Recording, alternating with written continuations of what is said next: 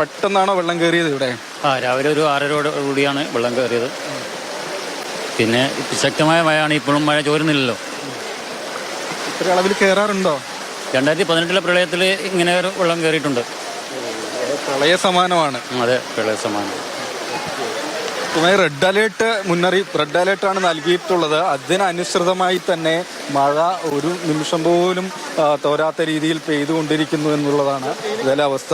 എന്തോ ഇതൊരു ക്ലിനിക്കാന്നറിയാം. ഒരു ക്ലിനിക്കാന്നറിയാം. ക്ലിനിക്ക് അവിടെയും കംപ്ലീറ്റ് വെള്ളം കയറി. കണ്ടമാണ് എല്ലാ സ്ഥലത്തും ഫുള്ള് വെള്ളമാണ്. അതിനകത്തുനിന്ന് ഉപകരണങ്ങൾ എന്തെങ്കിലുമൊക്കെ മാറ്റിയോ? കുറേ സാധനങ്ങളൊക്കെ മാറ്റി. പക്ഷെ ഒരുപാട് സാധനങ്ങൾ മാറ്റാൻ പറ്റില്ലല്ലോ. അങ്ങനത്തെ ഒരു വിഷയമുണ്ട്. പൊതുവെ അവസ്ഥ എങ്ങനെയുണ്ട് ഈ മേഖലയെ സംബന്ധിച്ച്? ഒറ്റ വാഹനങ്ങളും പുറത്തേക്ക് വിടുന്നില്ലല്ലോ. ഒരു ആംബുലൻസ് വരെ കടത്തി വിടാൻ പറ്റുന്നില്ലല്ലോ. ഇന്നിപ്പോൾ ഒരു ഹോസ്പിറ്റലിൽ പോകേണ്ട എന്തൊരു കുഞ്ഞിനെ ഇതാക്കേണ്ടിയിട്ട് ചെറിയൊരു കുട്ടീനെ അതുവരെ ഇവിടുത്തെ പോലീസൊക്കെ ഇടപെട്ടിട്ടാണ് ഇപ്പം കൊണ്ടുപോയത്. ആശുപത്രിയിലേക്ക് മാറ്റാനുള്ള കണ്ടീഷനാണ് ഇരിക്കുന്നത്.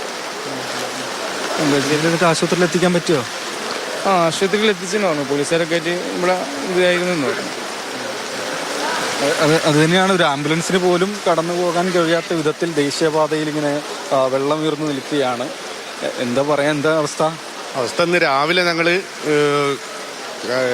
നോളജ് സിറ്റിയിലേക്കുള്ള യാത്രയിലായിരുന്നു. അവിടുന്ന് ഇവിടെ എത്തിയപ്പോഴാണ് ഇങ്ങനെ വെള്ളപ്പൊക്കമുള്ള വിവരം അറിയുന്നത്. അങ്ങനെ മറ്റുള്ള വഴി തിരിച്ചു പോയതാണ്. 22 കൂടി കൈതപ്പൊയിലേക്ക് എത്തിച്ചേർന്നതാണ്.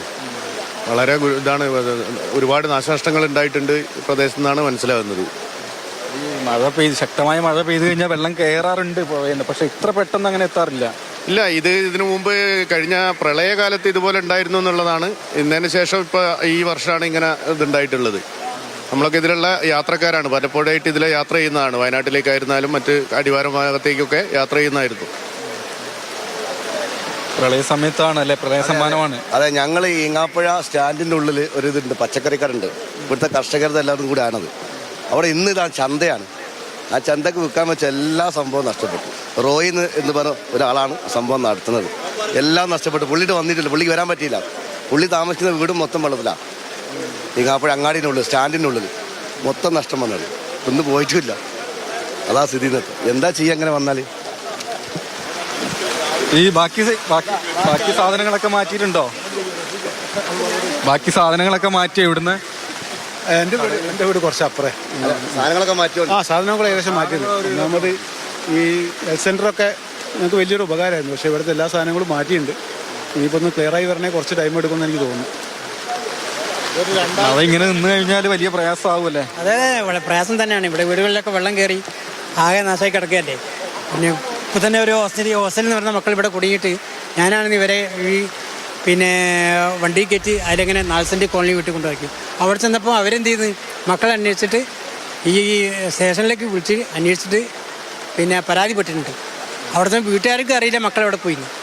എന്നിപ്പോൾ ഞാൻ 3 എണ്ണത്തിന് അവിടെ 4 സെൻറ്റ് കോളനി കൊണ്ടുപോയി അവരെ വീട്ടുകാരെ ഏൽപ്പിച്ച് ഫോട്ടോ എടുത്ത് കോളനിക്ക് വിട്ട് ട്രൈബൽ ഹോസ്റ്റലിലേക്ക് വിട്ട് സ്റ്റേഷനിലേക്ക് വിളിച്ച് വിവരമൊക്കെ പറഞ്ഞിട്ടാണ് ഞാൻ വരുന്നത്. അതുപോലെ പല രീതിയിലുള്ള വിഷമങ്ങളും പ്രയാസങ്ങളും ഒക്കെ ഓരോരുത്തർക്ക് അനുഭവിക്കുന്നു.